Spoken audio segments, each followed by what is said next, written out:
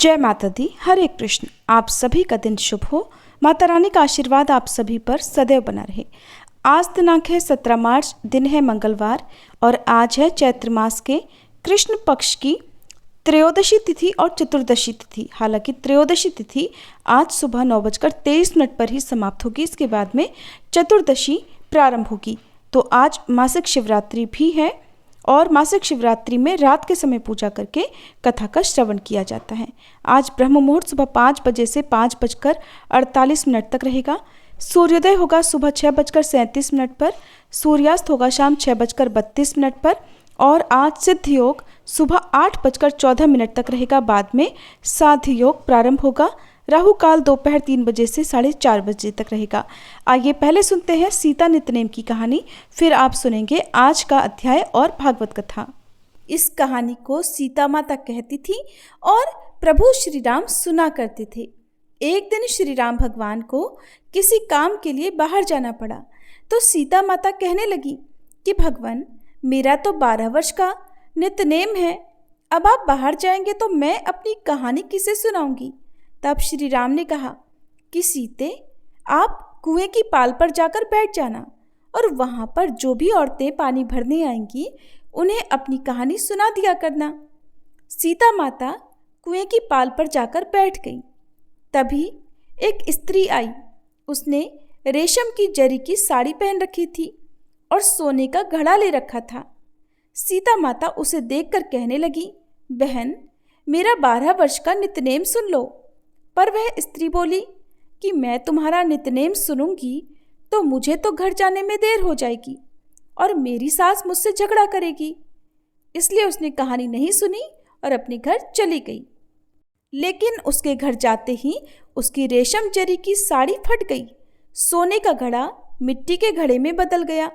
सासू ने देखा तो पूछा, अरे बहू, ये किसका दोष अपने सिर लेकर आ गई है। बहू बोली, माँ जी, कुएं पर एक औरत बैठी थी। उसने अपनी कहानी सुनने के लिए कहा, लेकिन मैंने नहीं सुनी। शायद उसी का ये फल मुझे मिला है। बहू की बात सुनकर अगले दिन वही साड़ी और वही घड़ा लेकर सास कुएं की पाल पर गई।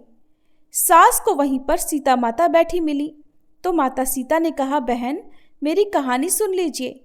सासू बोली, एक बार छोड़, मैं तो 4 बार कहानी सुन लूंगी।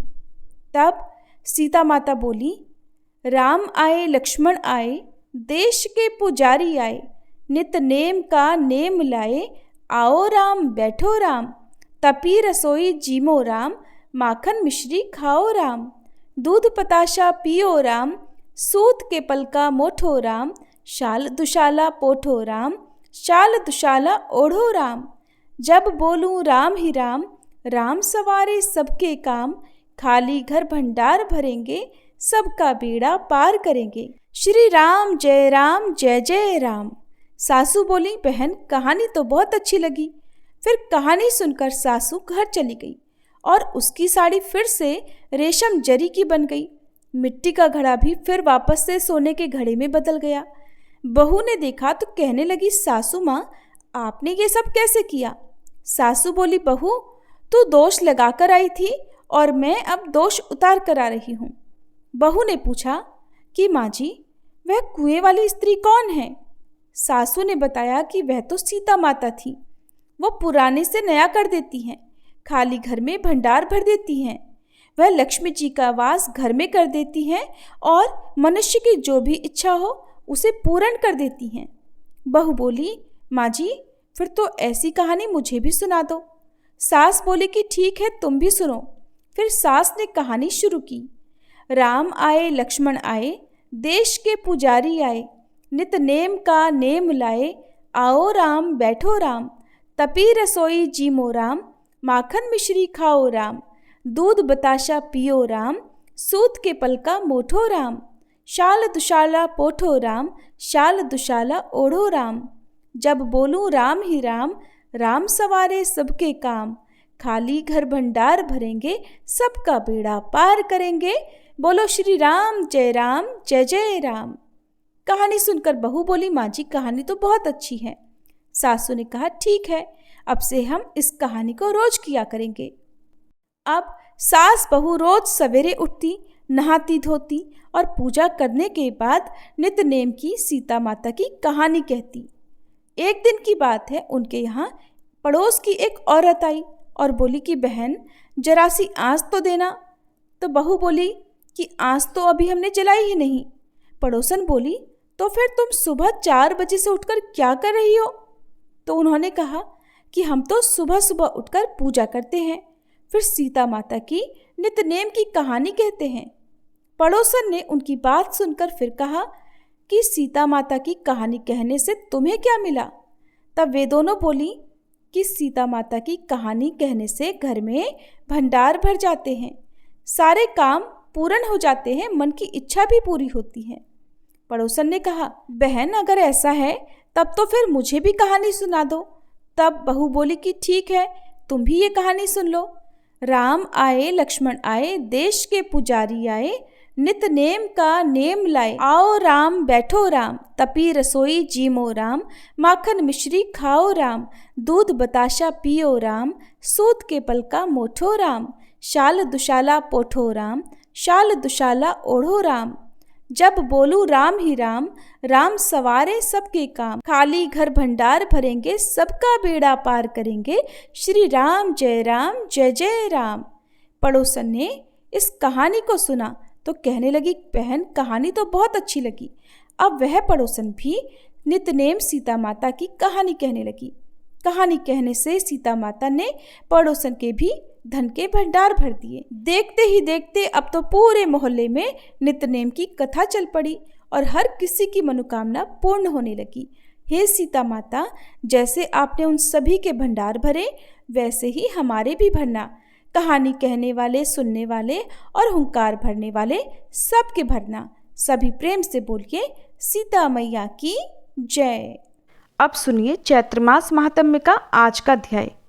व्यास जी कहते हैं इसके बाद दूत के चले जाने पर देवराज इंद्र ने भी यमराज, पवन देव, कुबेर, वरुण आदि देवताओं को बुलाकर उनसे कहा, महिषासुर नाम से प्रसिद्ध महान प्रतापी दानव इस समय दैत्यों का राजा है। उसके पिता का नाम रंभ था और वर पा जाने से वह सदा अभिमान में चूर रहता है। उसे सैकड़ों प्रकार की माया ज्ञात है। देवताओं, आज तो उसका दूत मेरे पास आया था। उस लोभी महिषासुर ने स्वर्ग को छीनने की इच्छा से ही दूत को यहाँ भेजा था और उस दूत ने मुझसे ये बातें कही है कि शक्र, तुम देव सदन छोड़ दो।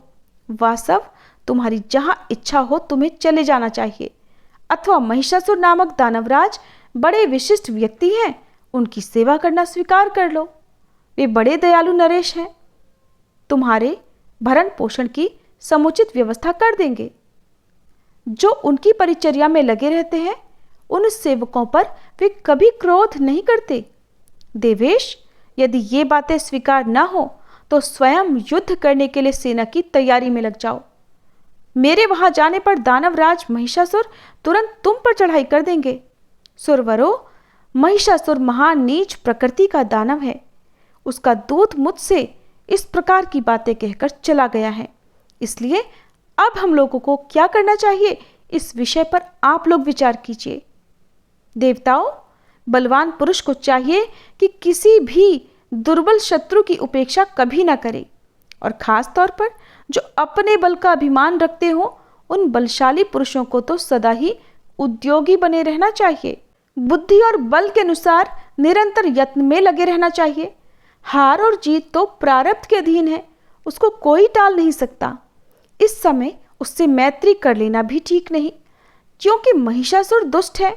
उसके मित्र बन जाने पर भी कोई प्रयोजन सिद्ध नहीं हो सकता। आप लोग उत्तम विचारशील हैं, इसलिए इस विषय पर आप सभी बार बार विचार कीजिए। अचानक से उस पर चढ़ाई कर दी जाए ये भी ठीक नहीं।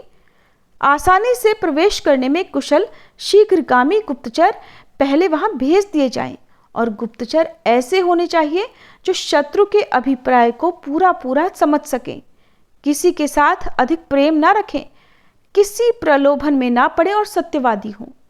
यथार्थ रूप से शत्रु की सेना और उसकी संख्या, उसका बल, उसका सारा रहस्य जानकर फिर चढ़ाई करना ही उचित होगा। उसकी सेना में कितने कैसे वीर हैं, गुप्तचर उनकी संख्या आदि का पूर्ण ज्ञान प्राप्त करके शीघ्रतापूर्वक लौट आए। उनके द्वारा महिषासुर और उसकी सेना के बलाबल को जान लेने के बाद ही हम लोग तुरंत धावा बोलने या शक्ति संग्रह करने के प्रबंध में लग जाएंगे। तब हम अपनी सेना तैयार करेंगे। बुद्धिमान पुरुष को सदा विचार करके ही काम करना चाहिए। अचानक किए हुए काम से सर्वथा दुखी होने की ही संभावना बनी रहती है। इसलिए पंडित जन भली भांति सोच समझकर सुखप्रद कर्म में ही हाथ डाला करते हैं। और अभी दानवों के साथ युद्ध ठान दिया जाए, ये तो बिल्कुल अनुचित जान पड़ता है। और ऐसा करना तो ठीक वैसा ही होगा जैसे बिना जाने हुए औषधि का सेवन करना। और ऐसे कार्य से तो सर्वथा उल्टा फल ही सामने आ सकता है। व्यास जी कहते हैं, राजन, उपस्थित देवताओं के साथ इस प्रकार बात करके शत्रु का अभिप्राय जानने के लिए देवराज इंद्र ने कार्यकुशल निपुण गुप्तचर को जाने की आज्ञा दे दी। वह दूत तुरंत चला गया और सारे भेद जानकर शीघ्र ही इंद्र के पास लौट आया। उसने महिषासुर की संपूर्ण सेना के बलाबल की सूचना देवराज को दे दी। दानव के सैनिक उद्योग की जानकारी प्राप्त होने पर इंद्र अत्यंत आश्चर्य में पड़ गए। उन्होंने तुरंत देवताओं को आज्ञा दी। देवता गए और मंत्रवेत्ताओं में श्रेष्ठ पुरोधा बृहस्पति जी को बुला लाए। अब उनके साथ परामर्श होने लगा। अंगिरानंदन बृहस्पति जी जब उत्तम आसन पर बैठ गए तब इंद्र ने उनसे कहा। इंद्र बोले, विद्वन, आप देवताओं के गुरु हैं। इस अवसर पर अब हमें क्या करना चाहिए, ये बताने की कृपा कीजिए। आप तो सर्वज्ञ पुरुष हैं। इस कठिन परिस्थिति में हमें केवल आपका ही सहारा है। आज महिषासुर नामक दानव बहुत से दैत्यों को साथ लेकर युद्ध करने के लिए आ रहा है। उसमें अथाह बल है। वो तो अभिमान में मत रहता है। आप मंत्रा के पुरुष हैं। इस अवसर पर कोई ऐसा कार्य करें जिससे उसकी शक्ति कुंठित हो जाए। जैसे दानवों के पक्ष में शुक्राचार्य हैं, वैसे ही हमारे पक्ष के विघ्न शांत करने वाले आप हैं। आप सर्वदा श्रेष्ठ सम्मति दिया करते हैं। व्यास जी कहते हैं, देवराज इंद्र की बात सुनकर बृहस्पति जी उनसे कहने लगे, मन में खूब सोच विचार कर किसी भी कार्य में तत्पर होना ही उनका स्वाभाविक गुण था। बृहस्पति जी बोले, देवराज, शांत रहो। इस समय धैर्य रखना परम आवश्यक है। दुख की घड़ी आने पर तुरंत धैर्य नहीं छोड़ना चाहिए। देवेंद्र, हार और जीत तो सदा ही दैव पर निर्भर है। इसलिए बुद्धिमान पुरुष का कर्तव्य है कि सदा ही धैर्य का आश्रय लेकर अपने स्थान से विचलित न हो। शतक्रतो होनी तो होकर ही रहती है, इस बात पर पूरी आस्था रखनी चाहिए। हाँ, मनुष्य अपनी शक्ति के अनुसार उद्यम करने में सर्वथा तत्पर रहे। वीतराग मुनिगण भी तो मुक्ति पाने के लिए निरंतर उद्यमशील रहते हैं। इसलिए इस विषय में चिंता की कोई आवश्यकता नहीं कि सुख मिले या ना मिले, हार हो या जीत हो, क्योंकि सुख दुख हार जीत तो दैव पर ही निर्भर है। कहीं कहीं तो ऐसा भी देखा जाता है कि बलवान को तो बहुत सारे कष्ट भोगने पड़ते हैं और निर्बल सुख भोगता है। बेचारा बुद्धिमान बिना कुछ खाए पिए सो जाता है और मूर्ख अनेकों तरह के पकवान उड़ाता है। कायर पुरुष के हाथों में विजयश्री चली जाती है और शूरवीर पुरुष हार का मुंह देखते हैं।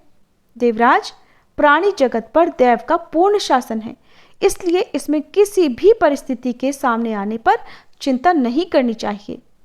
हाँ, उद्यम से कभी भी चूकना नहीं चाहिए। मेहनत करने से कभी पीछे नहीं हटना चाहिए। दुख आने पर अधिक से अधिक दुख की और सुख के समय सुख के चरम स्थान की ओर दृष्टि दौड़ानी चाहिए। इसलिए महाराज, इस अवसर पर सुयोग्य मंत्रियों से परामर्श लेकर विधि पूर्वक यत्न करने में कटिबद्ध हो जाओ। यत्न करने पर भी जो होगा वो तो होकर ही रहेगा, वो तो सामने आएगा ही। व्यास जी कहते हैं, देवगुरु बृहस्पति जी का कथन सुनकर देवराज ने उनसे फिर कहा, मैं महिषासुर को मारने के लिए युद्ध की तैयारी अवश्य करूंगा, क्योंकि निरुद्यम हो जाने पर राज्य, सुख और यश इनका मिलना असंभव है। बिना मेहनत किए, बिना युद्ध की तैयारी किए इनका मिलना असंभव है।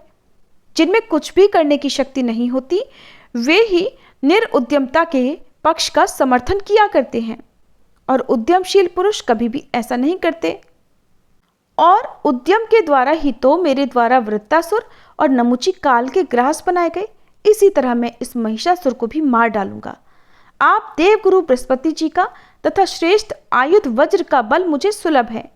भगवान विष्णु तथा उमापति शंकर जी भी अवश्य मेरी सहायता करेंगे। मुनिवर, सम्मान प्रदान करना और दूसरे का कार्य साधना आपका स्वभाव ही है।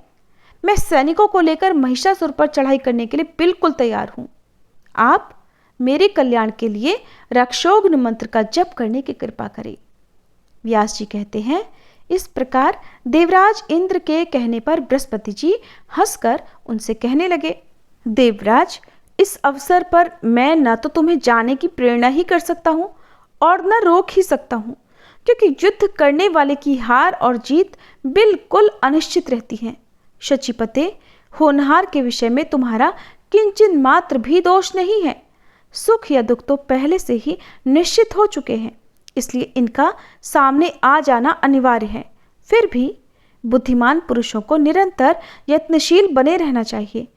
कार्य सिद्ध होना या ना होना तो सदा दैव के अधीन है। बृहस्पति जी कहते हैं, शचीपति इंद्र बृहस्पति जी के सार गर्भित सत्य वचन सुनकर ब्रह्मा जी की शरण में गए और उन्हें प्रणाम करके बोले, पितामह, आप संपूर्ण देवताओं के अध्यक्ष हैं।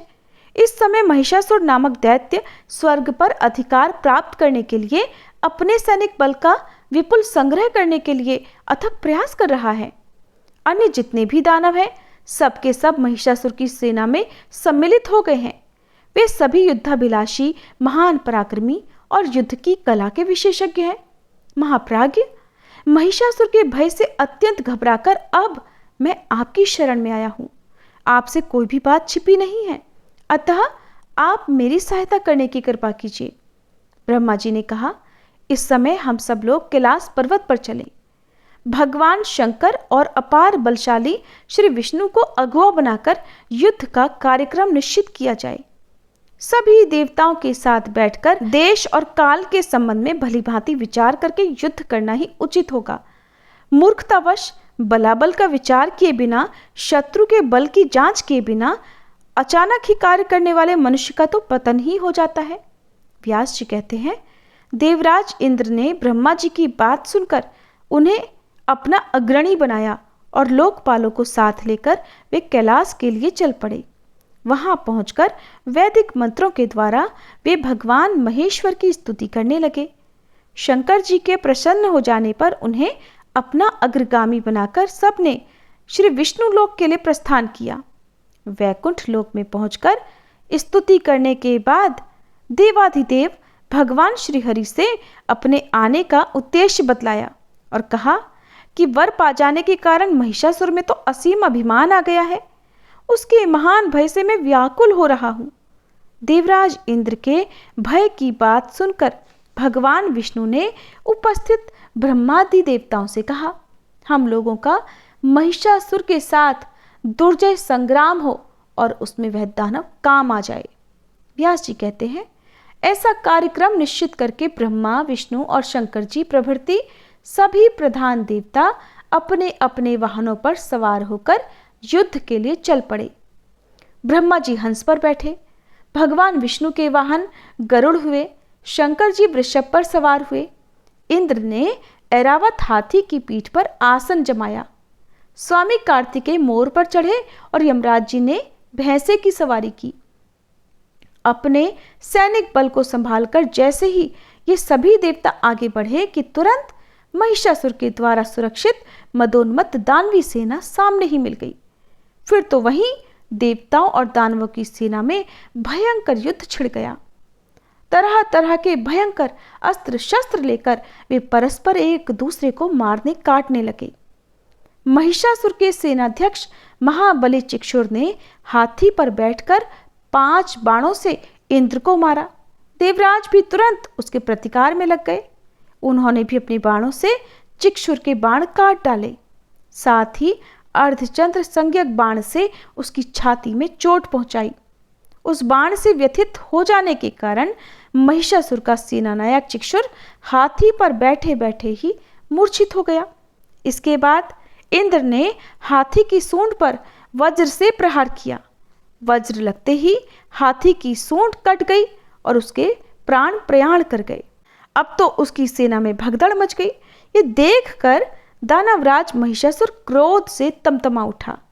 उसने विडाल नामक पराक्रमी दानव से कहा, महाबाहो, तुम बड़े शूरवीर हो, इंद्र को अपने बल का अभिमान हो गया है, तुम जाओ और उसे परास्त कर दो। वरुण प्रभृति अन्य जितने भी देवता हैं उन्हें मारकर मेरे पास लौट आना। व्यास जी कहते हैं, विडाल असीम बलशाली वीर था। महिषासुर की बात सुनकर वह मतवाले हाथी पर सवार हुआ और इंद्र के साथ युद्ध करने चल दिया। उसे आते हुए देखकर इंद्र ने विषधर सर्प की तुलना करने वाले बाणों से विडाल पर प्रहार करना आरंभ कर दिया। विडाल ने तुरंत अपने धनुष से छूटे हुए बाणों द्वारा इंद्र के बाण काट डाले। साथ ही 50 बाणों से इंद्र को चोट पहुंचाई। जिस प्रकार विडाल के प्रयास से देवराज के बाण कट गए, वैसे ही उन्होंने भी उसके बाण काट गिराए। इसके बाद इंद्र ने अपने सर्पतुल्य तीखे बाणों से क्रोधपूर्वक विडाल को मारना आरंभ कर दिया। उस दानव ने इस बार भी अपने धनुष से छूटे बाणों से देवराज के बाणों को काट दिया। तब इंद्र ने विडाल के हाथी की सूंड पर गदा से प्रहार कर दिया और गदा लगते ही सूंड धड़ से अलग हो गई। फिर तो वह हाथी बार बार चिंघाड़ने लगा और पीछे मुड़कर दानवी सेना को ही कुचलने लगा। अब तो सैनिक भय से घबरा उठे। हाथी युद्ध भूमि से भाग आया। ये देखकर विडाल तुरंत एक सुंदर रथ पर जा बैठा और युद्ध के मैदान में देवताओं के सामने डट गया। इंद्र ने देखा कि विडाल रथ पर सवार होकर फिर से आधमका है। तब वे विषैले अपने तीखे तीर उस पर छोड़ने लगे। महाबली विडाल ने भी लगातार बाण वर्षा आरंभ कर दी। इस प्रकार इंद्र और विडाल दोनों का ही महान भयंकर युद्ध होने लगा। वे दोनों अपने अपने पक्ष की विजय चाहते थे। उस समय क्रोध के कारण इंद्र की इंद्रियां विचलित हो उठी थी। उन्होंने विडाल को विशेष बलवान देखकर जयंत को अपना अग्रणी बनाया और वे दानव के साथ लड़ने लगे। जयंत ने अपने चमकीले 5 बाण धनुष पर चढ़ाकर बलपूर्वक खींचे और उनसे मतवाले विडाल की छाती में गहरी चोट पहुंचाई। बाणों के लगते ही विडाल गिरने लगा। इतने में उसके सारथी ने उसे रथ पर संभाल लिया और तुरंत रथ लेकर वह युद्ध भूमि से बाहर निकल गया। विडाल के मूर्छित होकर सम्रांगण से चले जाने पर देवसेना में विजय घोषणा आरंभ हो गई। विजय के धौंसे बजने लगे। देवताओं के मुख से निकली हुई विजय घोषणा सुनकर अब तो महिषासुर का क्रोध पुनः उभर आया। उसी क्षण शत्रु के अभिमान को चूर्ण करने वाले ताम्र नामक दानव को उसने भेज दिया और आज्ञा पाकर ताम्र बहुत से सैनिकों के साथ युद्ध के मैदान में आया और इस तरह से बाणों की वर्षा करने लगा मानो मेघ समुद्र में जल उड़ेल रहे हों। उस समय वरुण पाश लेकर तथा यमराज जी दंड हाथों में लिए हुए भैंसे पर सवार होकर दानवी सेना पर टूट पड़े। फिर तो देवता और दानव दोनों में ही रोमांचकारी युद्ध छिड़ गया। यमराज के द्वारा फेंके हुए दंड से महाबाहु ताम्र घायल हो गया। फिर भी युद्ध भूमि से उसके पैर एक कदम भी पीछे नहीं हटे। युद्ध के मैदान में डटे रहकर ही उसने वेग पूर्वक धनुष खींचा और तीखे बाणों का प्रयोग करके इंद्र आदि देवताओं को मारना आरंभ कर दिया। देवताओं को भी असीम क्रोध हो आया। वे अपने दिव्य बाणों से दानवों को मारने और ठहरो ठहरो कहकर गरजने लगे। उनकी मार पड़ने पर ताम्र युद्ध भूमि में ही मूर्छित हो गया और दानव सैनिक बड़े जोर से हाहाकार मचाने लगे। भय से उन सब का हृदय थर्रा उठा। इसके बाद जो कुछ भी हुआ उसका वृतांत आप सभी अगले अध्याय में जरूर सुनिएगा। अब सुनिए आज की भागवत कथा। राजा परीक्षित ने पूछा, परम ज्ञानी मुनीश्वर, भगवान श्री कृष्ण ने रणभूमि में रुक्मी का बड़ा तिरस्कार किया था, इसलिए वह सदा इस बात की घात में लगा रहता था कि अवसर मिलते ही श्री कृष्ण से उसका बदला लूं और उनका काम तमाम कर डालूं। ऐसी स्थिति में उसने अपनी कन्या रुक्मवती अपने शत्रु के पुत्र प्रद्युम्न जी को कैसे ब्याह दी? कृपा करके बताइए। दो शत्रुओं में श्री कृष्ण और रुक्मी में फिर से परस्पर वैवाहिक संबंध कैसे हुआ?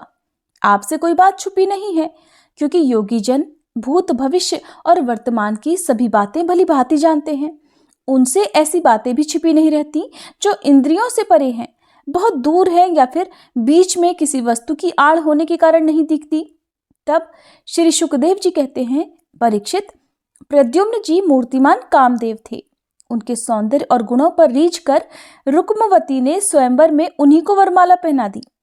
प्रद्युम्न जी ने युद्ध में अकेले ही वहां इकट्ठे हुए नरपतियों को जीत लिया और रुक्मवती को हर लाए। यद्यपि भगवान श्री कृष्ण से अपमानित होने के कारण रुक्मी के हृदय की क्रोधाग्नि शांत नहीं हुई थी। वो अब भी उनसे वैर गांठे हुए था। फिर भी अपनी बहन रुक्मणी को प्रसन्न करने के लिए उसने अपने भांजे प्रद्युम्न को अपनी बेटी ब्याह दी। परीक्षित, 10 पुत्रों के अलावा रुक्मणी जी के एक परम सुंदरी बड़े बड़े नेत्रों वाली कन्या थी, जिसका नाम था चारुमती। कृतवर्मा के पुत्र बलि ने उसके साथ विवाह किया। परीक्षित, रुक्मी का भगवान श्री कृष्ण के साथ पुराना वैर था। फिर भी अपनी बहन रुक्मणी को प्रसन्न करने के लिए उसने अपनी पौत्री रोचना का विवाह रुक्मणी के पौत्र अपने नाती यानी दौहित्र अनिरुद्ध के साथ कर दिया।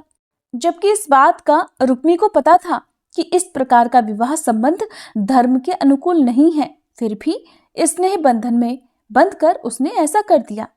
परीक्षित, अनिरुद्ध के विवाहोत्सव में सम्मिलित होने के लिए भगवान श्री कृष्ण, बलराम जी, रुक्मणी जी, प्रद्युम्न, सांब आदि द्वारकावासी भोजगढ़ नगर में पधारे।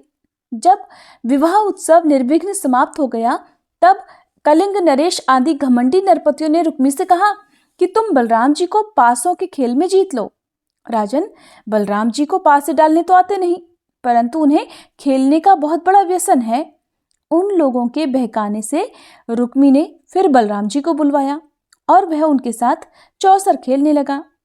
बलराम जी ने पहले 100, फिर 1000 और उसके बाद 10,000 मुहरों का दांव लगाया। उन्हें रुक्मी ने जीत लिया। रुक्मी की जीत होने पर कलिंग नरेश दांत दिखा दिखाकर, ठहाका मार मार कर बलराम जी की हंसी उड़ाने लगा और बलराम जी से वह हंसी सहन नहीं हुई। वे कुछ चिढ़ गए। इसके बाद रुक्मी ने 1,00,000 मुहरों का दांव लगाया। उसे बलराम जी ने जीत लिया, परंतु रुक्मी धूर्तता से ये कहने लगा कि इसे मैंने जीता है। इस पर भगवान बलराम क्रोध से तिलमिला उठे। उनके हृदय में इतना क्षोभ हुआ मानो पूर्णिमा के दिन समुद्र में ज्वार आ गया हो। उनके नेत्र एक तो स्वभाव से ही लाल लाल थे, दूसरे अत्यंत क्रोध के मारे वो और भी दहक उठे। अब उन्होंने 10 करोड़ मुहरों का दांव रखा। इस बार भी द्यूत नियम के अनुसार बलराम जी की ही जीत हुई, परंतु रुक्मी ने अब की बार भी छल करके कहा कि मेरी जीत है। इस विषय के विशेषज्ञ कलिंग, नरेश आदि सभासद इसका निर्णय कर सकते हैं। उसी समय आकाशवाणी हुई और आकाशवाणी ने कहा, यदि धर्म पूर्वक कहा जाए तो बलराम जी ने ही ये दांव जीता है। रुक्मी का ये कहना सरासर झूठ है कि उसने जीता है। एक तो रुक्मी के सिर पर अब मौत सवार थी और दूसरे उसके साथी दुष्ट राजाओं ने भी उसे उभार रखा था। इससे उसने उस आकाशवाणी पर कोई ध्यान नहीं दिया और वह फिर भी बलराम जी की हंसी उड़ाते हुए कहने लगा, बलराम जी, आखिर आप लोग वन वन भटकने वाले ग्वाले ही तो ठहरे। आप पासा खेलना क्या जाने भला। पासों और बाणों से तो केवल राजा लोग ही खेला करते हैं, आप जैसे नहीं। रुक्मी के इस प्रकार आक्षेप और राजाओं के उपहास करने पर बलराम जी क्रोध से आग बबूला हो उठे। उन्होंने एक मुदगर उठाया और उस मांगलिक सभा में ही रुक्मी को मार डाला। पहले कलिंग नरेश दांत दिखा दिखाकर हंसता था, अब रंग में भंग पड़ा हुआ देख वहां से भाग गया, किंतु बलराम जी ने 10 ही कदम पर उसे पकड़ लिया और क्रोध से उसके दांत ही तोड़ डाले। बलराम जी ने अपने मुदगर की चोट से दूसरे राजाओं की भी बाह, जांघ और सिर आदि तोड़ फोड़ डाले। वे खून से लथपथ और भयभीत होकर वहां से भागते बने। परीक्षित, भगवान श्री कृष्ण ने यह सोचकर कि बलराम जी का समर्थन करने से रुक्मणी जी अप्रसन्न होंगी और रुक्मी के वध को बुरा बतलाने से बलराम जी रुष्ट होंगे, अपने साले रुक्मी की मृत्यु पर भला बुरा कुछ भी नहीं कहा, मौन साध लिया। इसके बाद अनिरुद्ध जी का विवाह और शत्रु का वध दोनों प्रयोजन सिद्ध हो जाने पर भगवान के आश्रित बलराम जी आदि यदुवंशी नवविवाहिता दुल्हन रोचना के साथ अनिरुद्ध जी को श्रेष्ठ रथ पर बिठाकर भोजगढ़ नगर से द्वारकापुरी को चले आए। राजा परीक्षित ने पूछा, महायोग संपन्न मुनीश्वर, मैंने सुना है कि यदुवंशी शिरोमणि अनिरुद्ध जी ने बाणासुर की पुत्री उषा से विवाह किया था और इस प्रसंग में भगवान श्री कृष्ण और शंकर जी के बीच बड़ा घमासान युद्ध हुआ था। आप कृपा करके यह वृतांत विस्तार से सुनाइए। तब श्री सुखदेव जी कहते हैं, परीक्षित, महात्मा बलि की कथा तो तुम सुन ही चुके हो। उन्होंने वामन रूपधारी भगवान को सारी पृथ्वी का दान कर दिया था। उनके 100 पुत्र थे। उन सब में सबसे बड़ा था बाणासुर। दैत्यराज बलि का औरस पुत्र बाणासुर भगवान शिव की भक्ति में सदा रत रहता था। समाज में उसका बड़ा आदर था। उसकी उदारता और बुद्धिमत्ता प्रशंसनीय थी। उसकी प्रतिज्ञा अटल हुआ करती थी और सचमुच वह बात का बड़ा धनी था। उन दिनों वह परम रमणी शोणितपुर में राज्य करता था। भगवान शंकर की कृपा से इंद्र आदि देवता नौकर चाकर की तरह उसकी सेवा करते थे। उसकी 1000 भुजाएं थी। एक दिन जब भगवान शंकर तांडव नृत्य कर रहे थे, तब उसने अपने 1000 हाथों से अनेकों प्रकार के बाजे बजा बजाकर उन्हें प्रसन्न कर लिया। सचमुच भगवान शंकर बड़े ही भक्त वत्सल और शरणागत रक्षक हैं।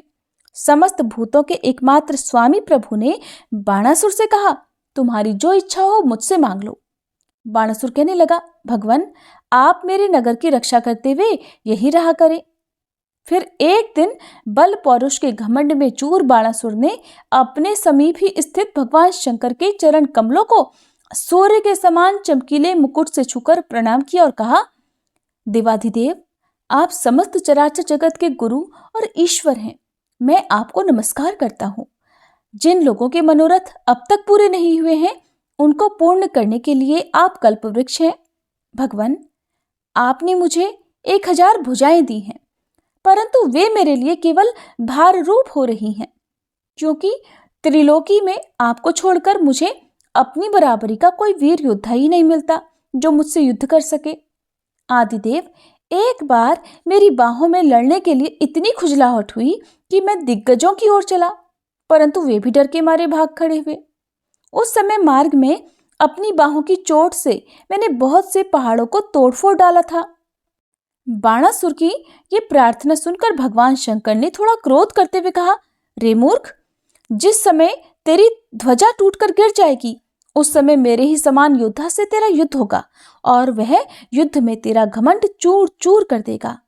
परीक्षित, बाणासुर की बुद्धि इतनी भ्रष्ट हो गई थी कि भगवान शंकर की बात सुनकर उसे बड़ी प्रसन्नता हुई और वह अपने घर लौट गया। अब वह मूर्ख भगवान शंकर के आदेशानुसार उस युद्ध की प्रतीक्षा करने लगा जिसमें उसके बलवीर का नाश होने वाला था। भला ऐसा कौन चाह सकता है? परीक्षित, बाणासुर की एक कन्या थी, उसका नाम था उषा।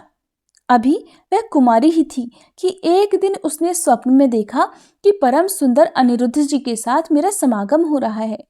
आश्चर्य की बात तो यह थी कि उसने अनिरुद्ध जी को ना तो कभी देखा था और न ही सुना था। स्वप्न में ही उन्हें ना देखकर वह बोल उठी, प्राण प्यारे, तुम कहाँ हो? ऐसा कहते ही उसकी नींद टूट गई और वह अत्यंत व्याकुलता के साथ उठ बैठी और ये देखकर कि मैं तो सखियों के बीच में हूँ, बड़ी लज्जित हुई।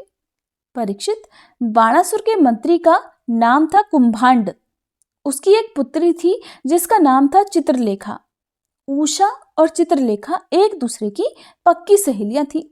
उषा की यह हालत देखकर चित्रलेखा ने उससे पूछा, सुंदरी राजकुमारी, मैं देखती हूँ कि अभी तक किसी ने तुम्हारा पाणी ग्रहण भी नहीं किया है, फिर तुम किसे ढूंढ रही हो और तुम्हारे मनोरथ का क्या स्वरूप है? उषा कहने लगी, सखी, मैंने स्वप्न में एक बहुत ही सुंदर नव युवक को देखा है। उसके शरीर का रंग सांवला सांवला सा है, नेत्र कमल दल के समान है, शरीर पर पीला पीला पीतांबर फहरा रहा है, भुजाएं लंबी लंबी हैं और वह स्त्रियों का चित्त चुराने वाला है। उसने पहले तो अपने अधरों का मधुर मधु मुझे पिलाया, परंतु मैं उसे अघाकर पी ही नहीं पाई थी कि वो मुझे दुख के सागर में डालकर न जाने कहाँ चला गया। मैं तरसती ही रह गई। सखी, मैं अब अपने उसी प्राण वल्लभ को ढूंढ रही हूँ। चित्रलेखा ने कहा, सखी, यदि तुम्हारा चित्तचोर त्रिलोकी में कहीं भी होगा और उसे तुम अगर पहचान सकोगी तो मैं तुम्हारी विरह व्यथा अवश्य ही शांत कर दूंगी। मैं चित्र बनाती हूँ, तुम अपने चित्तचोर प्राण वल्लभ को पहचान कर बतला दो, फिर वो चाहे कहीं भी होगा, मैं उसे तुम्हारे पास ले आऊंगी। ऐसा कहकर चित्रलेखा ने बात ही बात में बहुत से देवता, गंधर्व, सिद्ध, चारण, पन्नग, दैत्य, विद्याधर, यक्ष और मनुष्यों के चित्र बना दिए। मनुष्यों में उसने वृषणिवंशी वसुदेव जी के पिता शूर, स्वयं वसुदेव जी, बलराम जी और भगवान श्री कृष्ण आदि के चित्र बनाए। प्रद्युम्न का चित्र देखते ही उषा लज्जित हो गई। परीक्षित, और जब उसने अनिरुद्ध का चित्र देखा तब तो लज्जा के मारे उसका सिर नीचा हो गया। फिर मंद मंद मुस्कुराते हुए वह कहने लगी, मेरा वह प्राणवल्लभ यही है, यही है। परीक्षित, चित्रलेखा योगिनी थी। वो जान गई कि ये भगवान श्री कृष्ण के पौत्र हैं। अब वह आकाश मार्ग से रात में ही भगवान श्री कृष्ण के द्वारा सुरक्षित द्वारकापुरी में जा पहुंची। वहां अनिरुद्ध जी बहुत ही सुंदर पलंग पर सो रहे थे। अब चित्रलेखा योग सिद्धि के प्रभाव से उन्हें उठाकर शोणितपुर में ले आई और अपनी सखी उषा को उसके प्रेतम का दर्शन करा दिया। अपने परम सुंदर प्राण वल्लभ को पाकर आनंद की अधिकता से उसका मुख कमल प्रफुल्लित हो उठा और वह अनिरुद्ध जी के साथ अपने महल में ही विहार करने लगी। परीक्षित, उसका अंतःपुर इतना सुरक्षित था कि कोई भी पुरुष उसकी ओर झांक तक नहीं सकता था। उषा का प्रेम दिन दूना रात चौगुना बढ़ता जा रहा था। वह बहुमूल्य वस्त्र, पुष्पों के हार, इत्र, फुलेल, धूप, दीप, आसन आदि सामग्रियों से पीने योग्य पदार्थ जैसे दूध, शरबत आदि, भोज्य यानी चबाकर खाने योग्य और भक्ष्य यानी निगल जाने योग्य पदार्थों से, मनोहर वाणी और सेवा शुश्रूषा से अनिरुद्ध जी का बड़ा सत्कार करती। उषा ने अपने प्रेम से उनके मन को अपने वश में कर लिया। अनिरुद्ध जी उस कन्या के अंतःपुर में छिपे रहकर अपने आप को भूल गए। उन्हें इस बात का भी पता नहीं चल सका कि मुझे यहां आए कितने दिन बीत गए।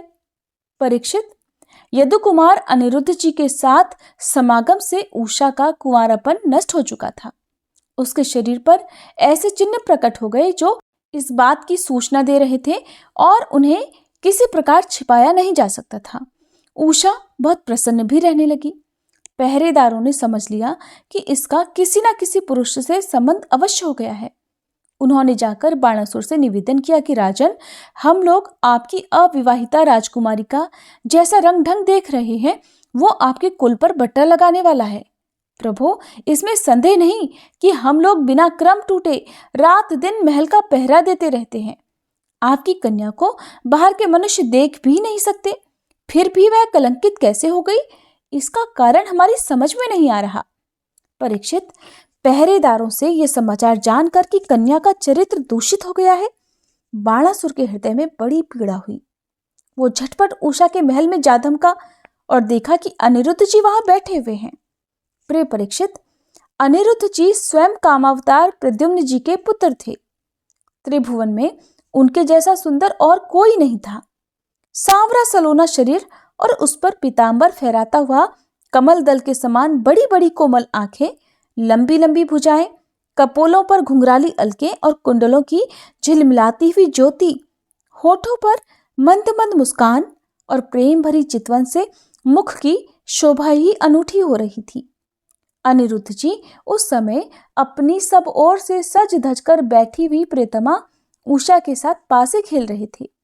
उनके गले में बसंती बेला के बहुत सुंदर पुष्पों का हार सुशोभित हो रहा था और उस हार में उषा के अंग का संपर्क होने से उसके वक्ष स्थल की केसर लगी हुई थी।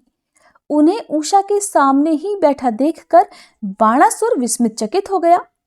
जब अनिरुद्ध जी ने देखा कि बाणासुर बहुत से आक्रमणकारी शस्त्रास्त्र से सुसज्जित वीर सैनिकों के साथ महल में घुस आया है, तब वे उन्हें धाराशायी कर देने के लिए लोहे का एक भयंकर परिघ लेकर डट गए, मानो स्वयं कालदंड लेकर यमदेव खड़े हों। बाणासुर के साथ आए हुए सैनिक उनको पकड़ने के लिए जैसे जैसे उनकी ओर झपटते, वैसे वैसे वे उन्हें मार मार कर गिराते जाते, ठीक वैसे ही जैसे सुअरों के दल का नायक कुत्तों को मार डालता है।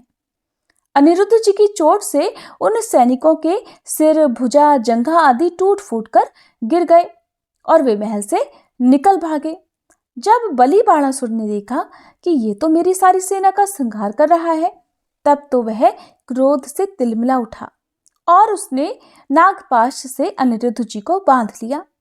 उषा ने जब सुना कि उसके प्रेतम को बांध लिया गया है, तब वह अत्यंत शोक और विषाद से विवल हो गई। उसकी आंखों से आंसू बहने लगे और वह विलाप करने लगी। हरे कृष्णा। आज के अध्याय में बस इतना ही। इसके आगे जो कुछ भी हुआ उसका वृत्तांत आप सभी आने वाले अध्याय में जरूर सुनिएगा। अब सुनिए श्री कृष्ण कवच पाठ हिंदी में। देवर्षि नारद जी ने भगवान नारायण से पूछा, भगवान, अब मेरी ये सुनने की इच्छा है कि भगवान शंकर ने दयावश परशुराम को कौन सा मंत्र और कौन सा स्तोत्र और कवच दिया था। उस मंत्र के आराध्य देवता कौन है, कवच धारण करने का क्या फल है तथा स्तोत्र पाठ से किस फल की प्राप्ति होती है, वह सब कुछ आप कृपा करके बतलाइए। तब नारायण भगवान बोले, नारद, उस मंत्र के आराध्य देव गोलोकनाथ गोप गोपीश्वर सर्वसमर्थ परिपूर्णतम स्वयं भगवान श्री कृष्ण हैं। शंकर जी ने रत्न पर्वत के निकट स्वयं प्रभा नदी के तट पर पारिजात वन के मध्य स्थित आश्रम में लोकों के देवता माधव के समक्ष परशुराम को त्रैलोक्य विजय नामक परम अद्भुत कवच विभूति योग से संभूत महान पुण्यमय स्वतराज नाम वाला स्तोत्र और संपूर्ण कामनाओं का फल प्रदान करने वाला मंत्र कल्पतरु नामक मंत्र प्रदान किया था। महादेव जी ने कहा, भृगुवंशी महाभागवत्स, तुम प्रेम के कारण मुझे पुत्र से भी अधिक प्रिय हो, अतः आओ कवच ग्रहण करो। हे राम, जो ब्रह्मांड में परम अद्भुत तथा विजयप्रद है, श्री कृष्ण के उस त्रैलोक्य विजय नामक कवच का मैं वर्णन करता हूँ, सुनो। पूर्व काल में श्री कृष्ण ने गोलोक में स्थित वृंदावन नामक वन में राधिकाश्रम में रासमंडल के मध्य ये कवच मुझे दिया था। ये अत्यंत गोपनीय तत्व संपूर्ण मंत्र समुदाय का विग्रह स्वरूप पुण्य से भी बढ़कर पुण्यतर परमोत्कृष्ट है और इसे स्नेहवश मैं तुम्हें बता रहा हूँ, जिसे पढ़कर और धारण करके मूल प्रकृति भगवती आद्यशक्ति ने शुंभ निशुंभ महिषासुर और रक्तबीज का वध किया था, जिसे धारण करके मैं लोकों का संहारक और संपूर्ण तत्वों का जानकार हुआ हूँ तथा पूर्व काल में जो दुरंत और अवध्य थे उन त्रिपुरों को खेल ही खेल में दग्ध कर सका हूँ, जिसे पढ़कर और धारण करके ब्रह्मा ने इस उत्तम सृष्टि की रचना की है, जिसे धारण करके भगवान शेष सारे विश्व को धारण करते हैं, जिसे धारण करके कूर्मराज शेष को लीलापूर्वक धारण किए रहते हैं, जिसे धारण करके स्वयं सर्वव्यापक भगवान वायु विश्व के आधार हैं,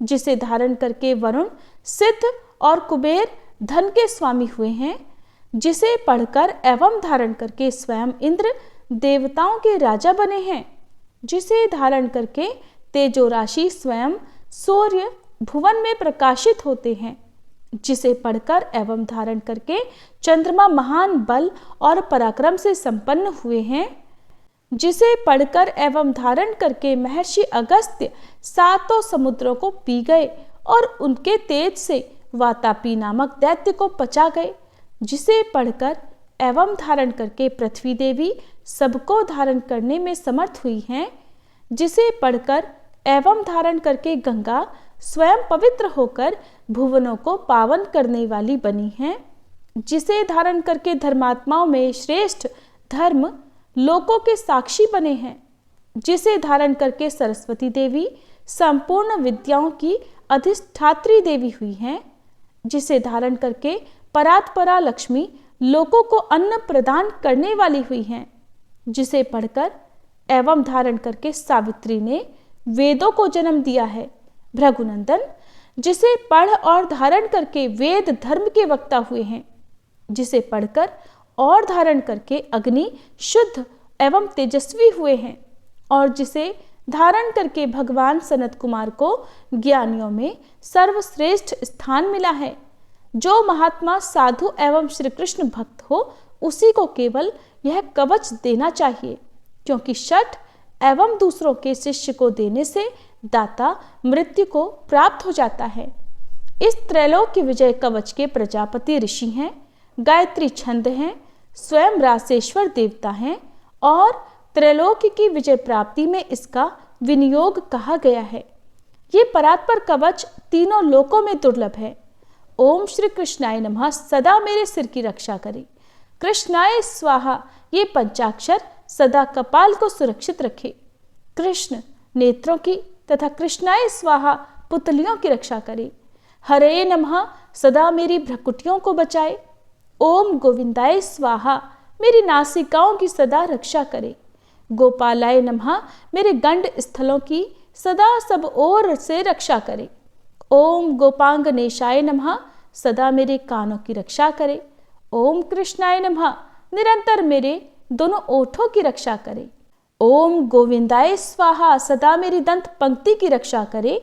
ओम कृष्णाय नमः दांतों के छिद्रों की तथा क्लिंग दांतों के ऊर्ध्व भाग की रक्षा करे।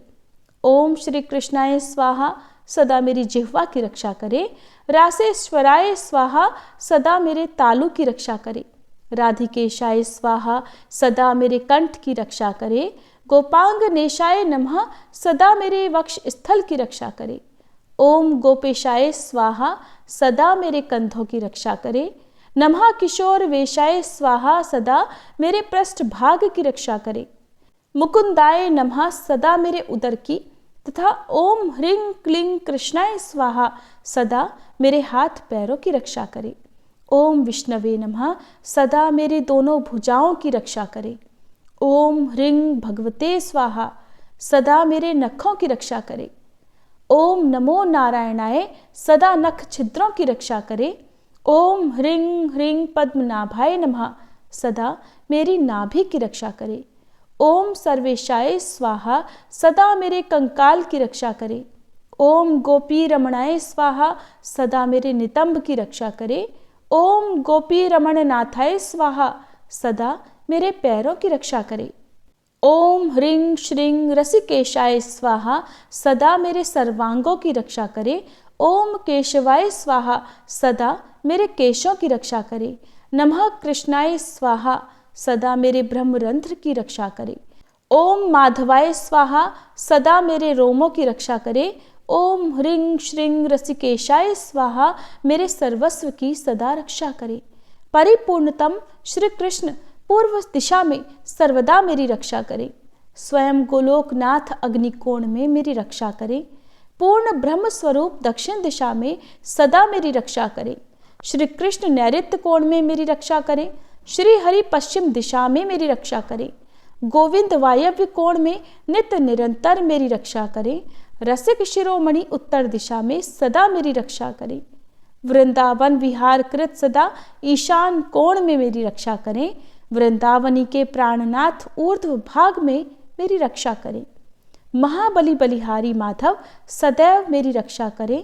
नृसिंह जल स्थल तथा अंतरिक्ष में सदा मुझे सुरक्षित रखें। माधव सोते समय तथा जागृत काल में सदा मेरा पालन करें तथा जो सबके अंतरात्मा निर्लेप और सर्वव्यापक हैं वे भगवान सब ओर से मेरी रक्षा करें।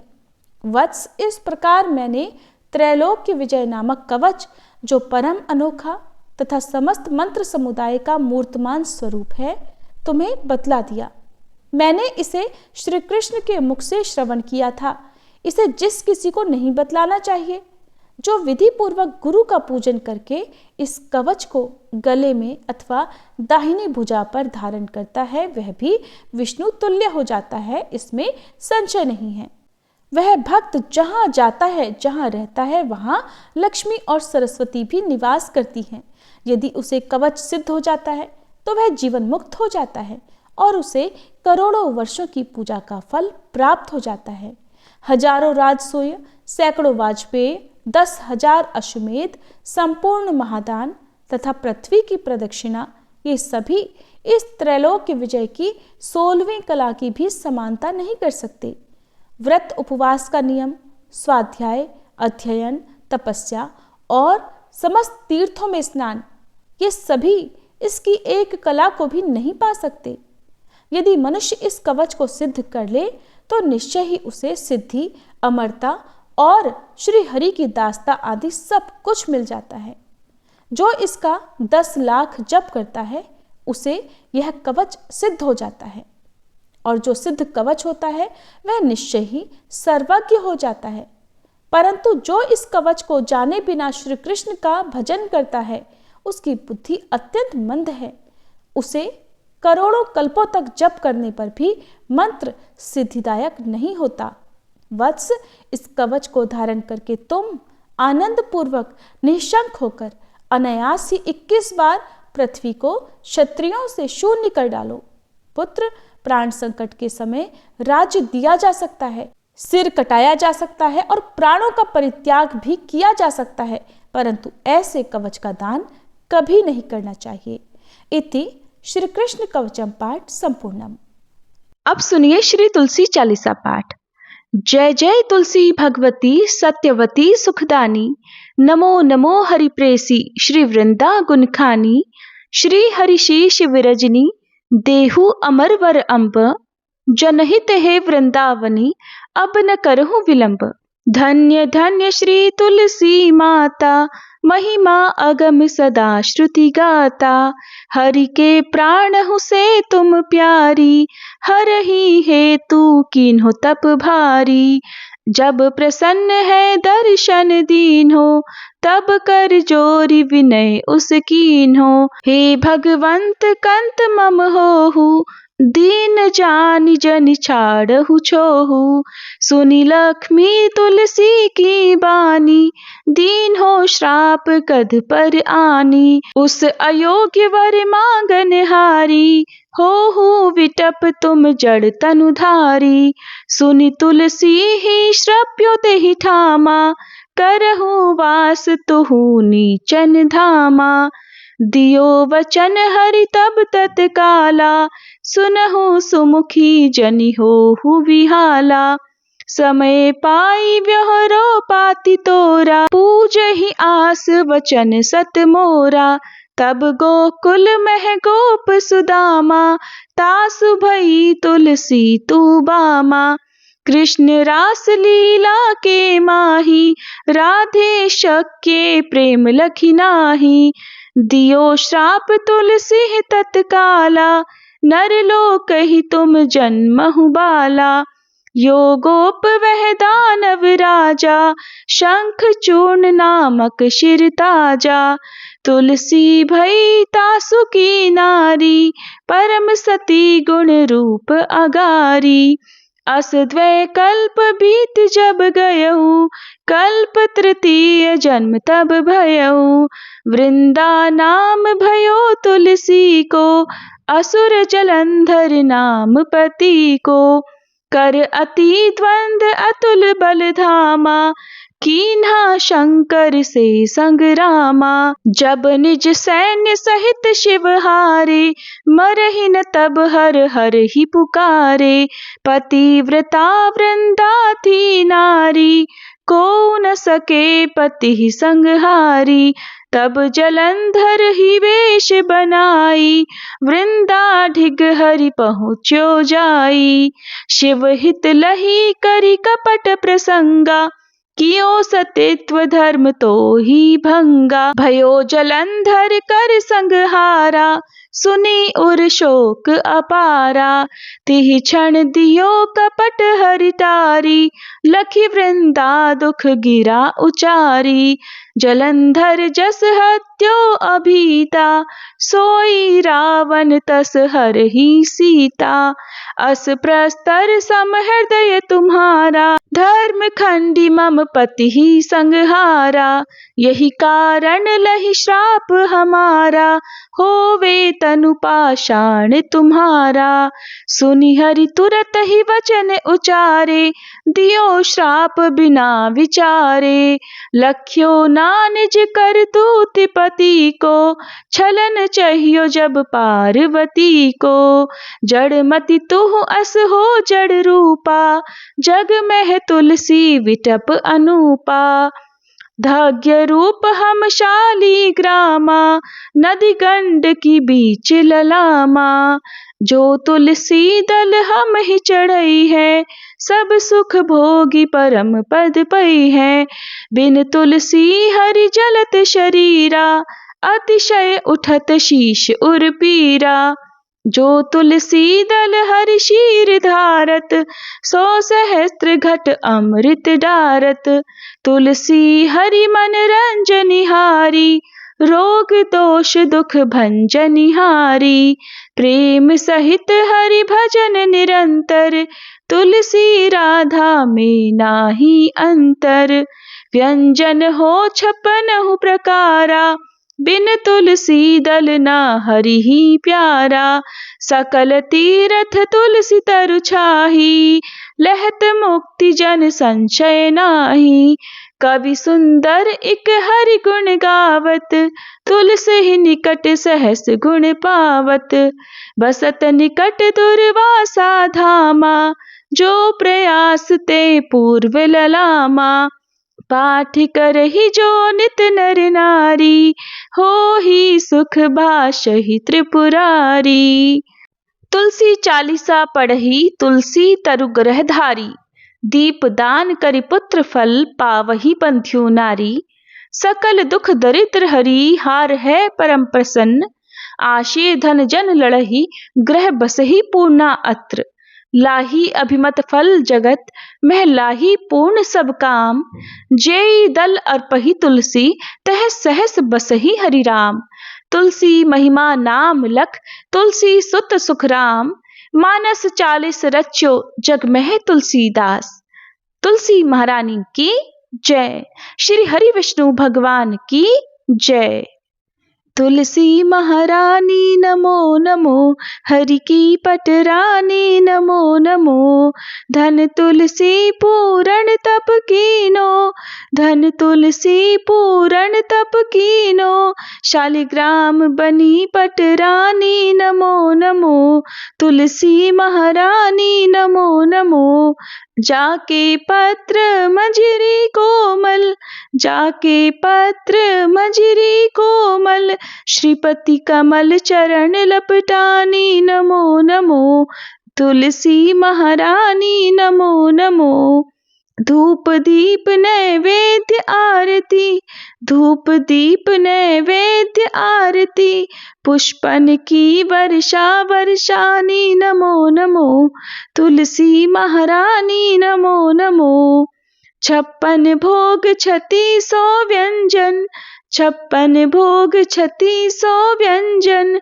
बिन तुलसी हरि एक न मानी नमो नमो, बिन तुलसी हरि एक न मानी नमो नमो। तुलसी महारानी नमो नमो। सभी सखी मैया तेरो यश गावे, सभी सखी मैया तेरो यश गावे। भक्ति दान दीजे महारानी नमो नमो, तुलसी महारानी नमो नमो।